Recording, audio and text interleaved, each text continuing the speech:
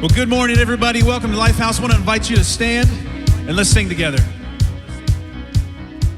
As I reflect, I find perspective. They're in the best and worst days of this life. You were always on my side. You're in the pain, you're in the promise, and on the days the furnace finds my faith, you're the fourth within the flames. I don't need to know what the future says, 'cause if the past curves on, you can tell me this: my God isn't finished yet. If he did it before, he can do it again. So I trust in what comes next. For the God I know is known for faithfulness. Yeah, my hindsight says I can trust him with what's next. For the God I know is known for faithfulness. There's more ahead than what's behind me. It's through the highs and lows and in between. God, you go ahead of me. And where you call me, I will follow. And if the water falls beneath my feet, then you pull me from the deep. I don't need to know what the future says, 'cause if the past could talk, it would tell me this: my God isn't finished yet. He did it before, he can do it again. So I trust him in what comes next. For the God I know is known for faithfulness. Yeah, my hindsight says I can trust him with what's next. For the God I know is known for faithfulness. Whoa, whoa,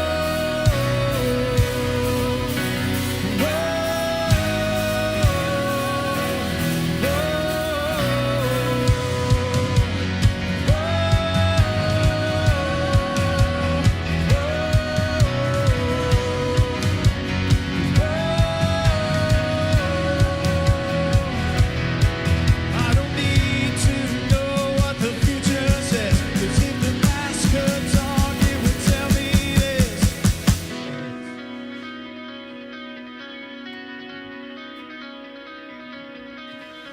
my God isn't finished yet. If he did it before, he can do it again. So I trust him in what comes next. 'Cause my hindsight says I can count all this. My God isn't finished yet. If he did it before, he can do it again. So I trust him with what comes next. For the God I know is known for faithfulness. Yeah, my hindsight says I can trust him with what's next. For the God I know is known for faithfulness.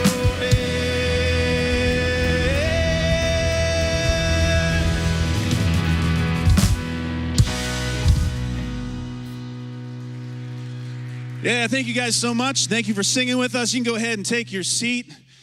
And once again, welcome to Lifehouse. My name is Ryan. I'm on staff here at the church. So good to see all of you guys in the room and those of you joining us online.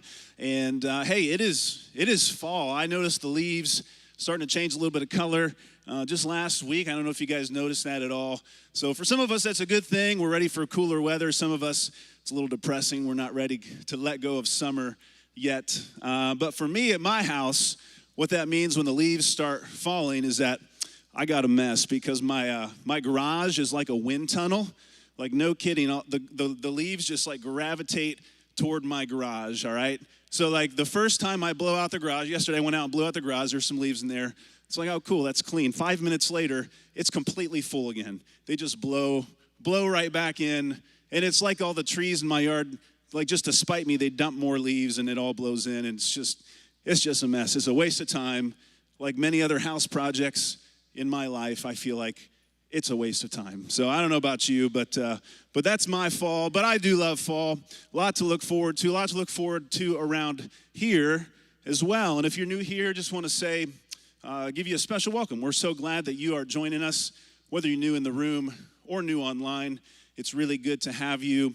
And if this is your first or second time, you've never really connected with us before, we'd love to connect with you. And so an easy way to do that is just to get out your phones right now and text LHNew to 21,000. So text LHNew to 21,000.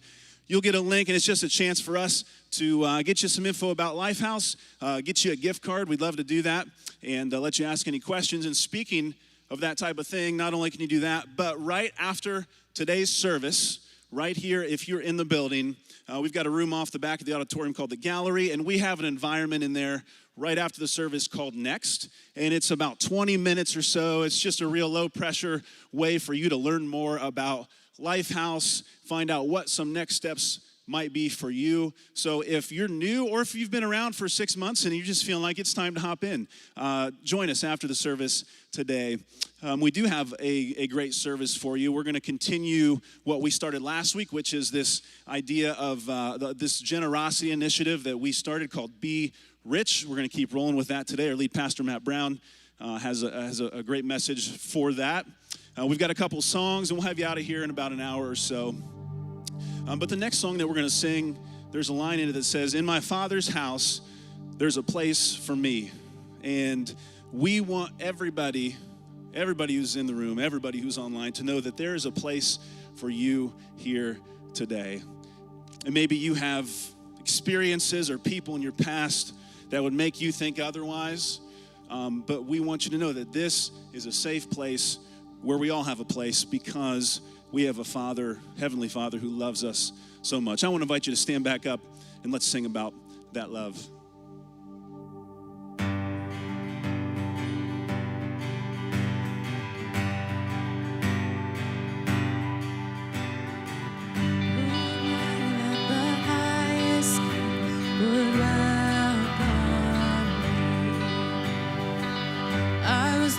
But he brought me, oh, his love for me, oh, his love for me.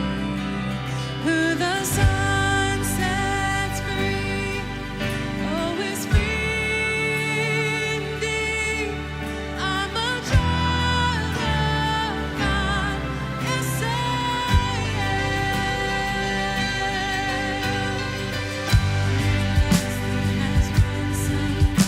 His grace and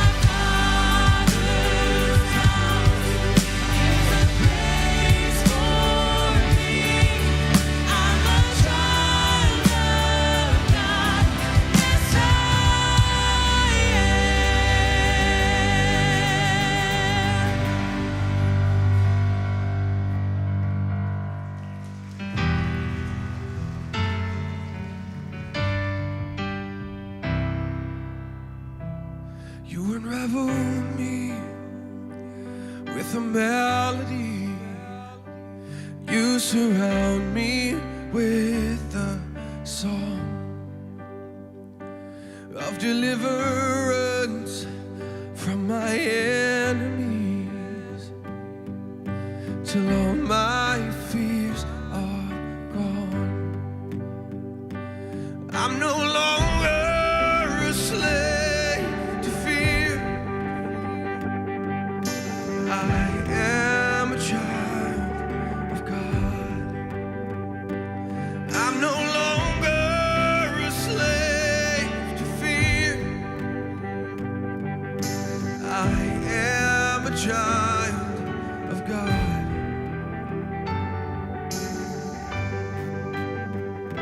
And from my mother's womb, you have chosen me.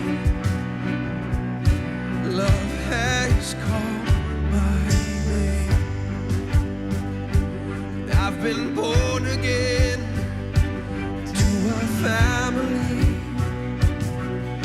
Blood flows through my veins. I'm no longer a slave to fear. I am a child of God. And I'm no longer a slave to fear. I am a child of God. I'm no longer a slave to fear. I am a child of God. I'm no longer a slave to fear. I am a child of God.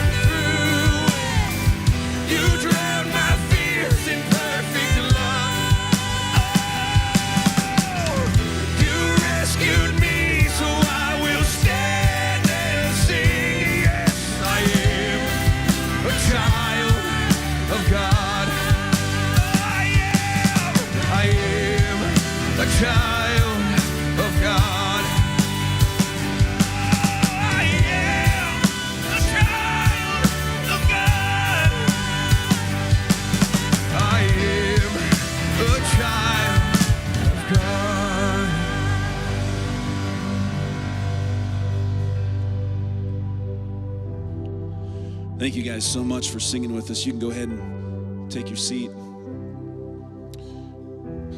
Love that line. I'm no longer a slave to fear, but I'm a child of God. And especially if you're new, for everyone, but especially if you're new, you just need to know that we don't sing songs around here just to sing songs, because that's what you're supposed to do in church, right? That's not why we do that. We sing songs to remember, to talk about the reality of what God is doing, because God is doing real things, not fake things that God is doing. He is doing real things in people's hearts and lives all over this place. There's one guy in particular who was kind of new to our church, and I heard this story last week that maybe you can relate to this story a little bit. Maybe you find yourself in this a little bit. He grew up without much of a church background, and so came to Lifehouse for the first time without much of anything there. And he probably got drugged here by his wife or his kids, who knows. But he came, And he listened, and he said, this makes sense. And he came back, and before you know it, he was helping out around here, doing different things, serving in different ways. Just last month, he had missed a couple weeks because his kids were sick, and he was so anxious to get back. He's texting his friends about things that are happening in the message, and we just launched a whole host of groups. We launched 10 groups with 100 people in it, and he was one of those people that joined in a group. And the point is, I tell you all this to say that God is doing something real in his heart, and he wants to do something real in your heart, in my heart as well. And so if you're new around here, you need to know that there's a God who loves you. And you need to know you're sitting around people who aren't just spectators. You're sitting around people who have jumped in, gotten off the sidelines, and gotten in the game. And if you've been around here for a while, and if you haven't really jumped in at all, man, we would love for you to join in some way, to join a group or to serve or to give. But we want to be on mission together. We would love for you to be a part of the good things God is doing. And for those of you that are off the sidelines and you're in the game, you're serving, you're giving, we just want to say thank you so much for what you are doing to allow God to work in people's hearts, in his lives. You are the ones who are helping things make sense for people. So thank you so much for that. We're going to keep rolling with the rest of our service. Like I said, we're going to continue this idea of be rich. So let's keep things rolling.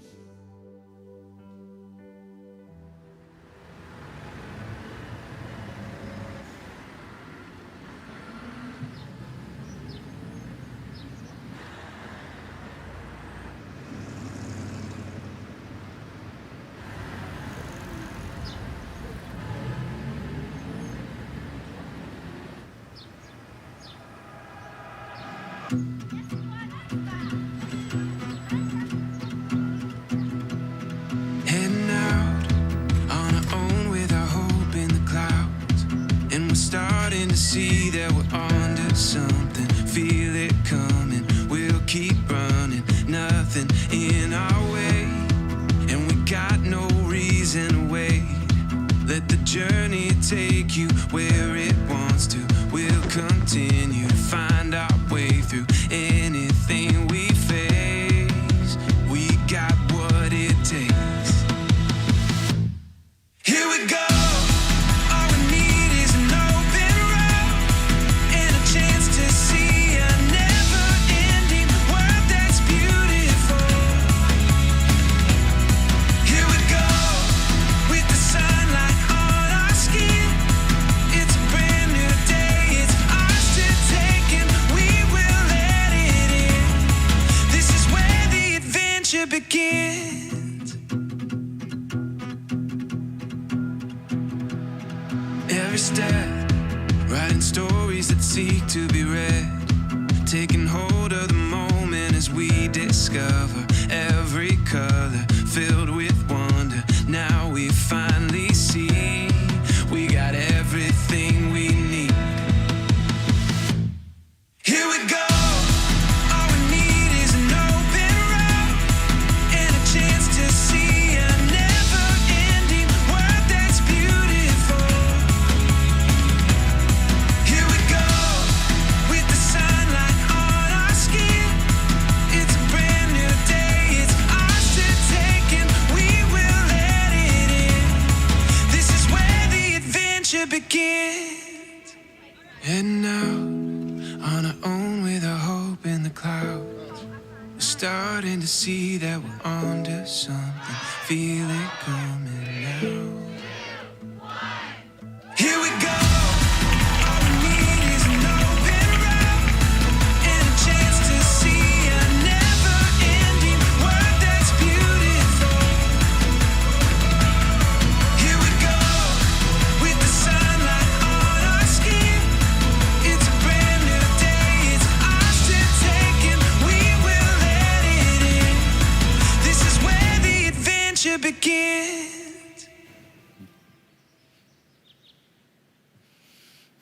Well, good morning, everybody. My name is Matt. I'm the lead pastor here. I am so excited about today as we continue this series called Be Rich. And I was thinking about this, as we said last week, wouldn't it be great if just the whole world knew Christians as the most generous, kind, compassionate people in the world? Well, one of the reasons we do this whole Be Rich initiative is we want to practice being rich, not just for this season of the year, but for all year long. And what I hope everybody watching online, which welcome online, and everybody in the room, we all remember, or maybe you've heard this for the very first time, is simply this, that everybody matters to God, whether God matters to them or not, which is really a phenomenal thing, that you matter to God. And maybe you showed up in this place and you're not sure about faith, you're not sure if you believe, you just need to know you matter to God, even if God never matters to you.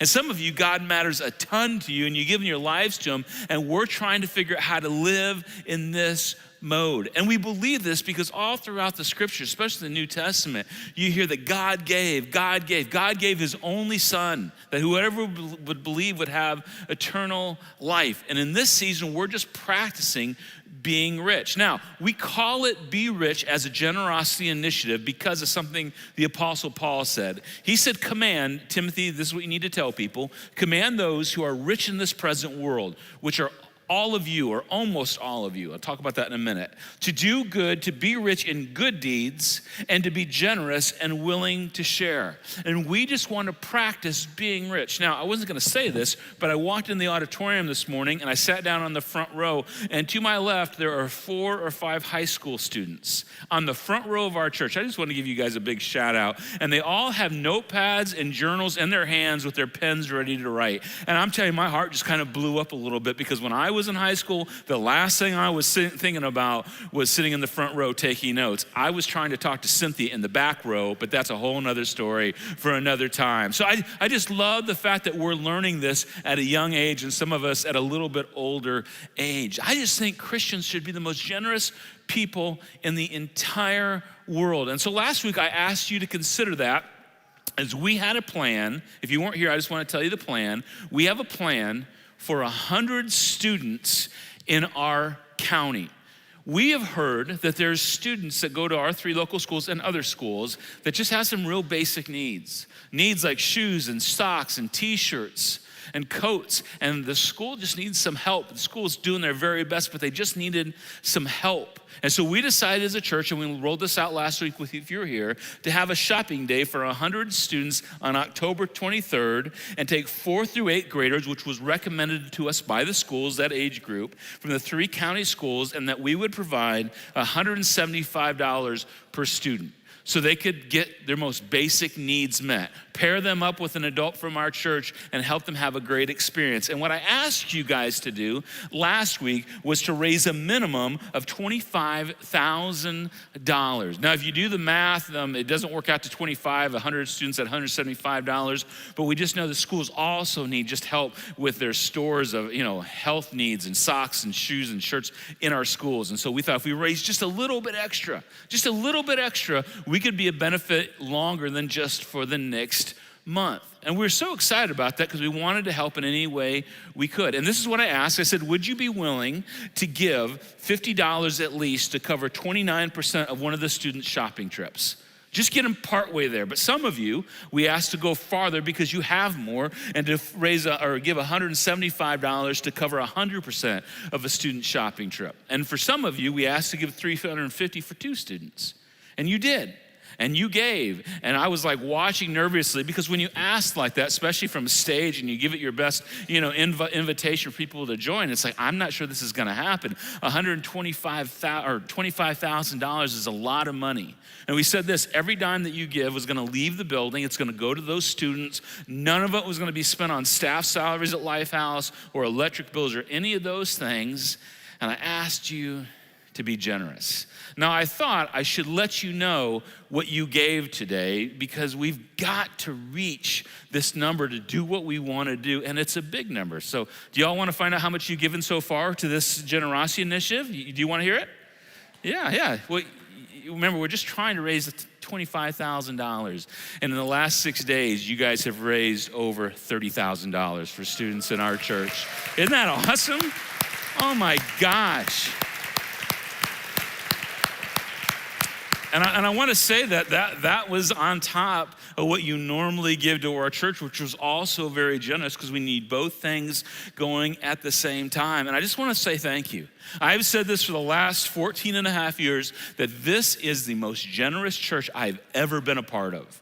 This church gets, how do we give for people that need? And how would you give to a mission? So I just want to say thank you, thank you, thank you. And just so you know, every bit of this $30,000 leaves our building to go help these students. Now, some of you missed out last week. You missed this whole thing. In fact, you're sitting here going, wow, I didn't even know this was going on. And so we wanted to give you a chance to be a part of it. So if somehow you missed all the hoopla last week, this QR code, we'll put it up here. If you take your phone out, turn it into picture mode, hold it up, it'll take you to a place you can sign up to give. You can do that online by checking in the chat box. And we would love for you to do that because the more we raise, the more we give away. And it's just a lot of fun to give away to a need. So that was last week. It was all about financial generosity, and you can still do that. But today, I want to talk about being rich, as the Apostle Paul said, in good deeds. In good deeds. Because you know this, you know some Christians that you've run into. And they're really good at being rich in good deeds. And you're like, man, those are some good people. I'm so glad they're in my life. I'm so glad they're in our schools. I'm so glad I got to know them. But here's the other side of that. You've run into some Christians, I mean, can we just say this honestly, that are kind of jerks, right? You know some Christians that kind of are butt heads in the world we live in. And you're like, why do you have to be so jerky-ish? Why do you have to be like this? And what I would love for us to do is practice good deeds. So when people see us, we represent the God that has changed our lives. And here's what you know, once upon a time, 2,000 or so years ago, no one was really good at anything. I mean, people just walked around and it was all about themselves and about selfishness, and it was about might makes right, and if I'm stronger than you, I get what I want. And this is what people thought about God 2,000 years ago in Roman culture. The gods were petty. They just played with humans for their own amusement. And if humans sacrificed enough, if you sacrifice enough grain, enough animals to the gods, and even if you sacrifice people, the gods might bless your crops or bless your family, but that's the only way you'd get a God to do anything for you. It was just a terrible world to live in. I mean, you think our world's terrible today, you have no idea what it was like 2,000 years ago. And slavery was such an interesting thing. It was everywhere. It didn't matter if you were black or white or anything else. To be a slave, all you had to do was miss the payment on your horse, your donkey, your house, your food. If you missed a payment and you owed someone, they could make you a slave on the spot, just like that, and you'd be a slave. That's how the world worked. And compassion and gentleness and kindness were just looked at as weakness. And no one was like that. It was just such a crazy world. And then Jesus comes along. I mean, he shows up on the planet, and he says these crazy things. He said, "Blessed are the meek. Blessed are the gentle people." In a world where everything was violence and everything was strength and everything was might makes right. And I get this because I can fall into that mode of I'm strong and so I get my way. Jesus would say to people like me, blessed are the meek and the gentle people. And then he showed them what meekness looked like when he laid his life down and spent time with the lowliest of peoples. And then he would say these crazy things that either he was a liar, a lunatic, or he was telling the truth. He said, if you've seen me, he would say this over and over, you've seen the Father. Oh, this is so important. Now, pull out of everything else just for a second. If your view of God, if your view of the God that reigns in heaven is, angry and he's trying to destroy everybody and he's leveraging his power against yours, Jesus would say to you, read about my life. Watch about my life. Listen to my life. And if you've seen me, you've seen the Father. If you want to know what God looks like, you do not have to look past Jesus at all. Because when Jesus showed up on the scene, what was natural was ugly. And you know what's natural in our world. You know what's natural. All you have to do is watch my cat to know what's natural. I'm so ashamed I have a cat. I just got to tell you, for years, I made fun of cats and cat people. And now I have a cat. She's fat. We call her Chungus. I love Chungus. I love her, right? If you want to know what natural is, watch my cat catch a mouse. Because my cat will not kill and eat a mouse right away. It'll bat a mouse around for 3 hours, and I'll have a Pepsi and watch the entire show. I love it. It's a little sick. It's weird. But that's what nature is like in our world, in this broken world. I mean, watch the Discovery Channel when, a lion chases down a wildebeest. It's terribly violent, and that's what nature looks like. That's what's natural to all of us. And then Jesus shows up. He says, I'm going to call you to something different and something better. And that's what we want to practice, something better. That we do corporately this time of year, but we do all throughout the year in our individual lives. And when Jesus brought this message, like, hey, if you want to know what God is, all you have to do is look at me, it would drive the religious leaders absolutely insane because they thought they had a corner on what God was like. So Jesus would say, pretty common things like, if you want to honor God, honor the things and honor the people that God honors. To which everybody would go, yeah, that makes sense. We'll honor the people and the things that God honors, that's fine. And then Jesus would say things like, if you want to love God, you got to love the people that God loves. Now, Jesus came from the Jewish culture, so they were like, yeah, we just got to love the good, godly Jewish people, and then we're all going to be fine. That's who God loves. And then he would say things like, if you want to value God, you have to value what God values. Jesus, now I got a question. What does God value? And over again, and we'll read this in a second, he would say things like, God values the person to your left and the person to your right. Well, wait a minute, Jesus, that's if they're good people, right? Or religious people, or church good people, or Jewish good people, or Lifehouse good people, or Baptist good people, or Lutheran good people, whatever good people are people, that's who God values. He says, no, it's anybody that's over to your left and to your right. And he would look at a guy named Matthew who was a tax collector, and he'd say, Matthew, I want you to follow me. And I'll talk about this in a second. And later on in Matthew's life, he wrote down the things that Jesus said, and he did. And we find ourselves something Matthew wrote right after Jesus gave the super famous sermon called the Sermon on the Mount, where he takes the Old Testament commands, which are wonderful and beautiful, but he levers up so much farther than what was given to us in the Old Testament. And he would say, this is what love looks like. For instance, you've heard it say you should not murder, but I'm here to tell you, if you call your brother a bad name, you've committed murder. So don't call people bad names. That's how high he took it. He would say to men and women, but I'll pick on men. Men, you've heard what adultery is, but if you look lustfully at a woman, man, you've committed adultery. Whoa, Jesus, are you kidding? No, that's what I'm asking you. I'm asking you to honor women in such a way that you would not even look at them lustfully, or you can understand that's adultery. Mind-blowing. That's what love looks like in Jesus' world. Divorce, he redefined divorce. He said, you've heard that whole eye for an eye thing? I mean, I like the eye for an eye thing. I would love for our world to be eye for an eye in my natural self. I'm just telling you, that would work well for me. He said, now we're going to be turn the other cheek people, and it changed the world. But more importantly, it changed my little world because it changed me. And maybe for some of you, it changed your world. So I wanted to read through what Matthew wrote down after the Sermon on the Mount, and it's kind of similar to what we read last week. I just didn't think we were ready to leave it. He goes on after that amazing sermon. He says, give to the one who asks you, and do not turn away from the one who wants to borrow from you. To which we would all go, but what if they want to take advantage of us? And what if they want to do something wrong with us? And Jesus, no, listen, I'm going to tell you how to be perfect today, which confused them all. Maybe it confused you. I'm going to tell you how to be as close to perfect as you possibly can be. And that's why I came for you. It's why I gave, even though you would misuse it and not do what you're supposed to do with my love and my forgiveness. But I'm going to tell you why to do this. And then he says this, you have heard that it was said, love your neighbor and hate your enemy. Doesn't that resonate with us? Yeah, I'm going to love the people I love, like my mom, my dad, my kids, my closest friends. Okay, I may not hate my enemy, but I'm certainly not going to love my enemy. And some of that, the Jewish people carried out from the ancient Hebrew scriptures, but I don't think God ever told us in the ancient Hebrew scriptures to hate our enemies. I don't think he ever commanded this.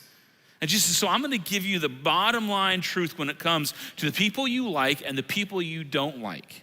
And he said, but I tell you, love your enemies and pray for those who persecute you. And I read that as a human being, and I think, Jesus, you want me to pray for my enemies and those that persecute? I'm not a good prayer. Just confess, the church you go to, the pastor struggles to pray consistently every day, but I try every day. And I struggle to pray for my own children. I'm glad none of them are here today. If you're watching online, kids, sorry. I'm trying to pray. I forget to pray for my own kids, right?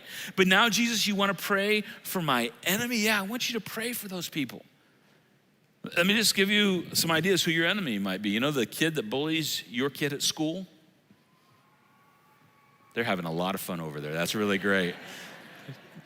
When you were growing up in church, don't you wish as a kid you were having that much fun? That's just totally fine with me.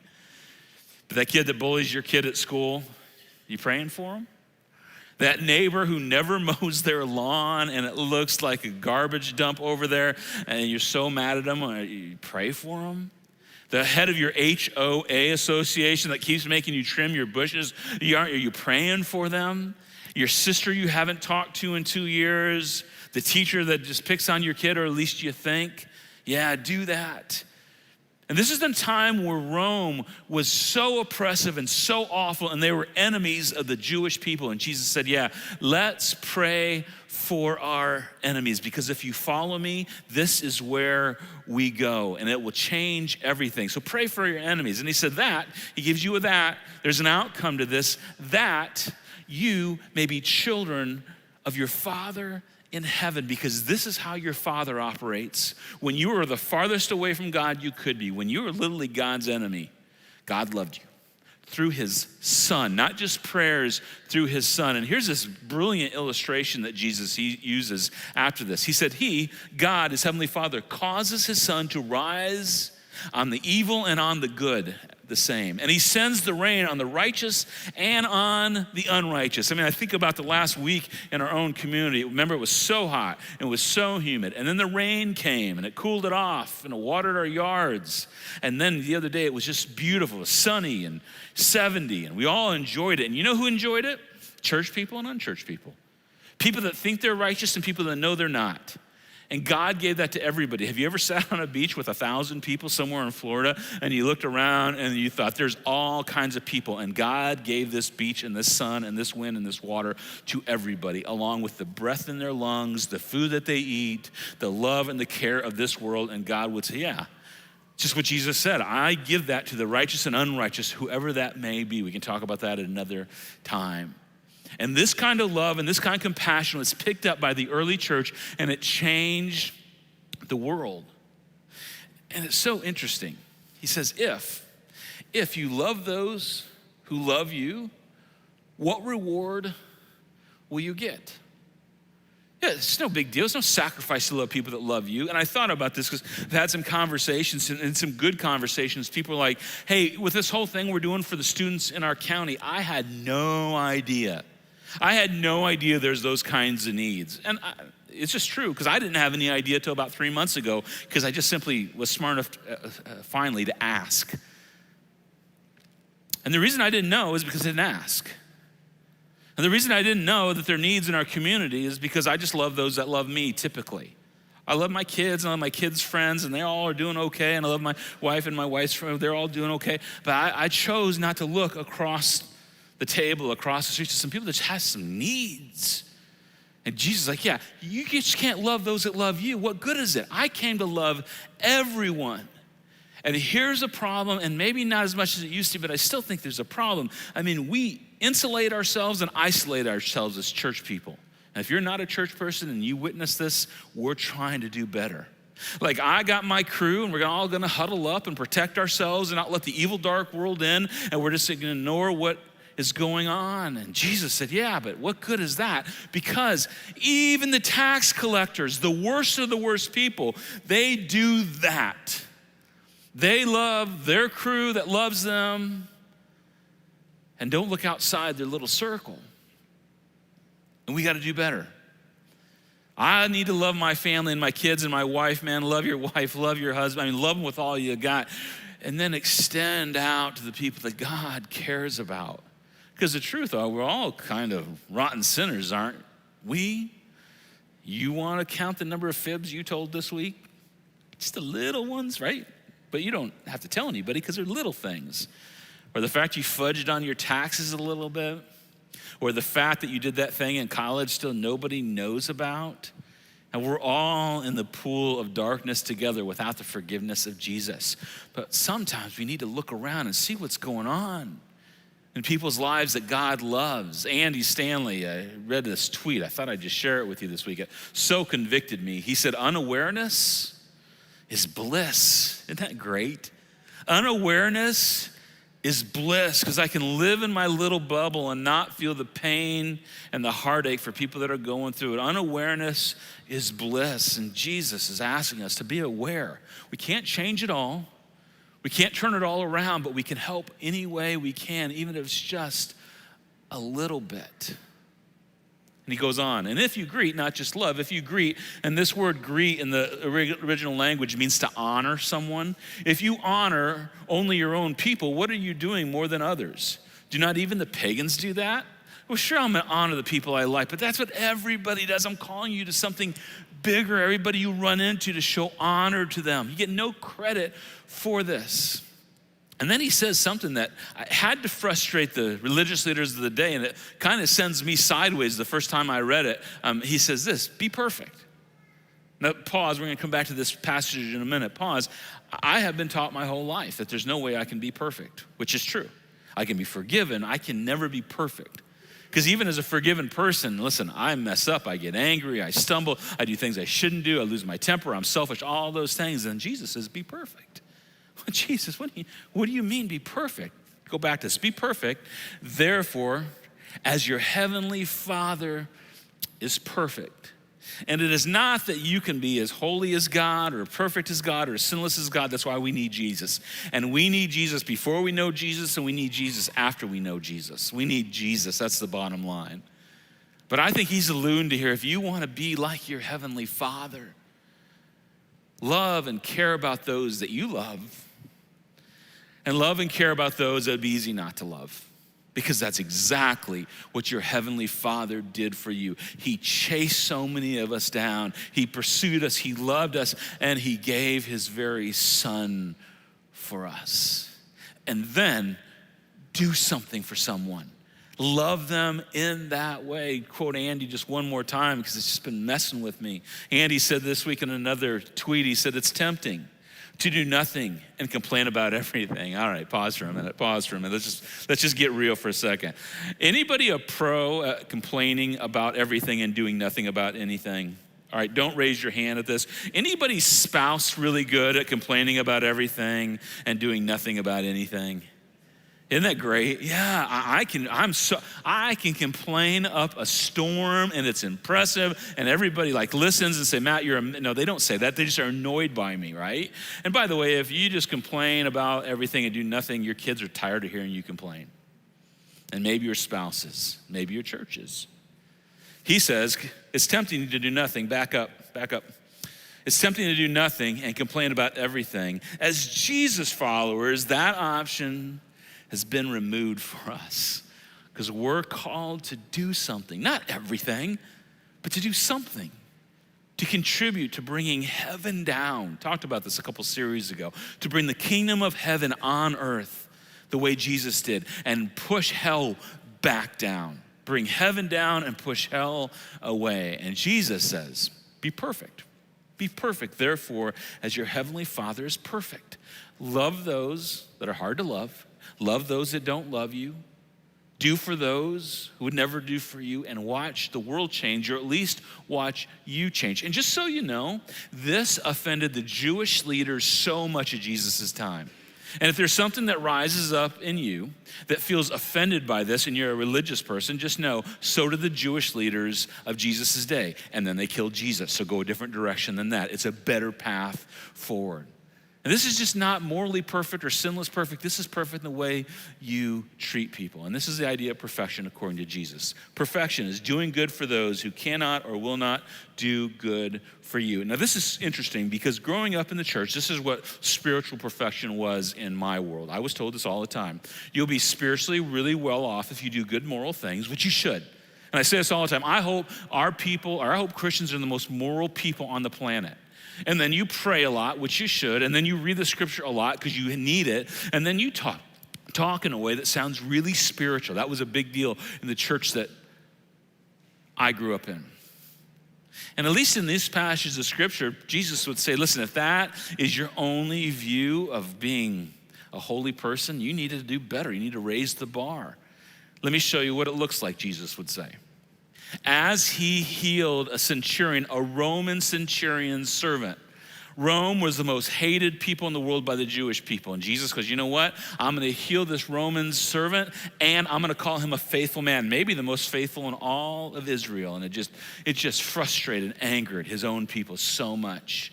And then he looks over at Matthew, who wrote the passages that we just read. He said, Matthew, you're a tax collector, another most hated person in all of Israel. Why don't you follow me, Matthew, and be one of my closest disciples? Oh, and by the way, you're going to write a writing that will be more read than just about anything else ever in the world.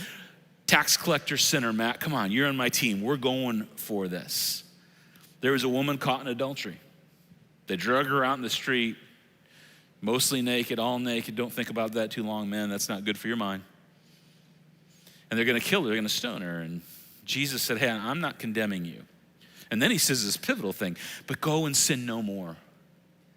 Because wonderful, beautifully made young lady, I'm not going to condemn you, but if you keep living this life, you're going to hurt yourself and other people. Don't sin anymore. I'm not condemning you. And this is what God was like, and this is what Jesus brought as the image of God to our world. He also invited children. He invited children to interrupt his speeches, his sermons, his teachings. And children were like just worthless in Jewish or in Roman society. And Jesus would be speaking and the kids would interrupt him. And sometimes he'd sit down and put them on his lap and said, this is what the kingdom of God looks like. Honor children. Don't just discard them when you don't want them anymore. This one bothers me a lot. He ate with Pharisees. The people I love to pick on and criticize because they were religious and thought they were self-righteous or more righteous than everyone else. And he would sit down and he would eat with them and love them. I think that's challenging to me because the truth is, in a lot of ways, I would rather sit with, some messed up tax collector than I would a religious elite person, but he loved them too. And if you're not convinced, he loved everybody. He even healed Peter's mother-in-law, which I'm not sure if Peter liked, but Jesus thought it was really important. That will be funny on your way home today, just so you know. Sinful woman comes to him and she weeps tears on his feet and she should have been stoned for it. Nah, she's fine. Broken people with leprosy would come and he'd heal them and touch them. You're not supposed to touch them. I know. I'm reaching out to people in need. I'm reaching out to people that need to be loved. I'm trying to do what our Heavenly Father is doing for the whole world. And I think, what if we could be like Jesus and we could reveal that there's hope in him to everyone? And I hope, listen, I want you to raise your families well. And I want you to steer away from sin. And I want you to be good dads and spouses and moms and husbands. I want that, and I want your families to be strong. But the reason we're strong is to affect the world we're in and follow Jesus and what he called us to be. And what if this was true? What if, while we may always be criticized for what we believe, and if you're new to Christianity or you don't believe what I believe, we realize we believe some crazy stuff. We believe a dude died on a cross and rose from the dead. We realize that's something you may want to criticize. That's fine. We're sold out for that idea. But while you may criticize what we believe, we should be famous for how we treat people. We should be famous for the walking down the street and go, that guy's a Christian. What he believes is goofy. He sings songs on Sunday morning and maybe raises his hands or gives his money. That's all crazy, but that's a good person. That's a good man. That's a good woman. That's a good teenager. There's integrity. I want to be married to one. I want my daughter to marry one. I want to have him as my neighbor. I want him in my schools. I want to be around our kids. Even if I never believe what they believe, I want Christians around us because they're such good people. And I hope we can continue to change the reputation of Christians in our world, along with the other churches that are meeting this morning around our community. And one of the reasons we came up with this whole shopping day, remember the plan for 100 students we gave so much money to, you all gave so much money to over the last week? We're gonna take them shopping because there's needs, there's real needs In fact, last week, after I got done telling you about the needs, I had some teachers come up to me with tears in their eyes just to thank you. We thank you for the help. Thank you for thinking about us. Thank you for thinking about somebody outside our walls. Take them shopping on October 23rd, 4th through 8th graders, all the schools, $175. We're gonna raise all that money. Here's the next part of that. We want you to give money, but now we, all of us, the plan is for us to serve these kids. Because we know it would be really cool. We know it would be really cool to say, here's a check, go have at it, do whatever you want, but we want to go past that. On October 23rd, what we're planning on doing is taking every student on buses to the local strip mall to go shopping, and we need an adult from our church to pair up with every student that goes. And here's why. We want to make sure these kids, and if you're a 6th grade boy, he's going to buy the wrong thing every time. So we want to make sure an adult helps him get exactly what he needs. We want to make sure the right sizes, the money's taken care of, and we're going to ask people from our church to do that. But more important than that, we want a student to know that there's an adult in our community that takes some time out of their day just to help them, just to be there with them. Maybe to talk to them about their lives, maybe just to have some fun, to laugh. But at the end of the day, hey, give them something for the needs in their lives. And here's what I know. It's going to help some students out, but it's going to help some adults out at the same time. We're going to bring everybody back to church that day, and we're going to feed everybody. Now, to pull this off, we need a minimum of 140 volunteers, which seems like a lot. And I don't know, maybe I'm going to say this, and we're going to have to scrape together 140 people and hope we make it, but that has not been the reputation of our church. What would be a whole lot more fun, and this church that has over, a couple thousand people total in it, is if we had 300 or 400 people volunteer to say, listen, I'm just going to show up. And I'll shop with kids. I'll check kids out at the cash register. I'll take care of their receipts. I'll cook lunch for them. I'll set up, I'll clean up. But we're going to put on a day the kids will remember that a bunch of church people cared. And they gave their time, their money, their energy, and their love. And I'm telling you, it may change a kid's life, I promise you. If you come and do it with a good heart, it'll change your life. Because it's someone outside your circle. It's someone outside your holy huddle, which are so good to have, but it's someone outside of that. And if you have any interest at all, we're going to go back to our QR code and say, listen, if I want to be part of this day, just all you got to do is take out your phones right now. And a bunch of you did this last week, so I hope you do it this week.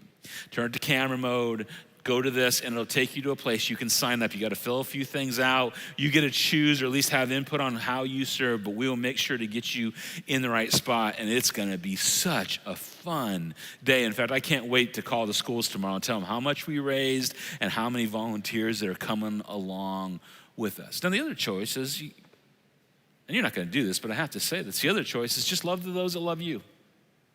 Be gracious to those that are gracious to you. Just hang out with your own people. This is a chance to practice getting outside that circle and caring about people. And by the way, go back to the young people that are on the front row and all throughout these buildings. Can you imagine how different the church will be in the next year, 5 years, and 10 years if our young people lead the way through that? And the best way for them to lead the way is for us as adults to be example along the way. This just might change our community, but I know it's going to change me, and I think it's going to change you. So thank you for being generous. Thank you for giving your time. I'm going to pray, and I'm just going to ask you to sign up. If you're online, you can click the little link in the chat box, and if you have no idea how to use technology, the people in the lobby will help you through the next step of that. So let me pray with you. Heavenly Father, thank you so much that you are magnificently generous with us. Unbridled generous with us, that you gave your son to die on a cross for us. When we were your enemies, when we were far from you, when we did not know you, you gave it all so we could. Help us just to let a little bit of that spill out of our hearts and out of our lives in response to your amazing grace and love. In Jesus' name I pray, amen. Guys, go and be rich.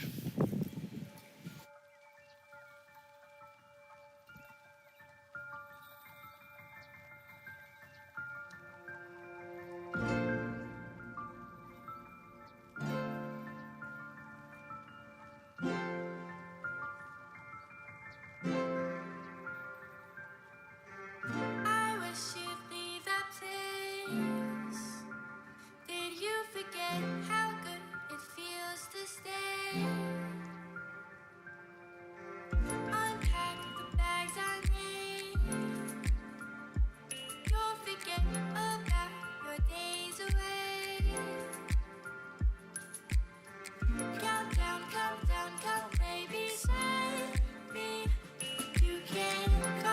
sit down, you know I'm yours. You're not alone, you're just too far.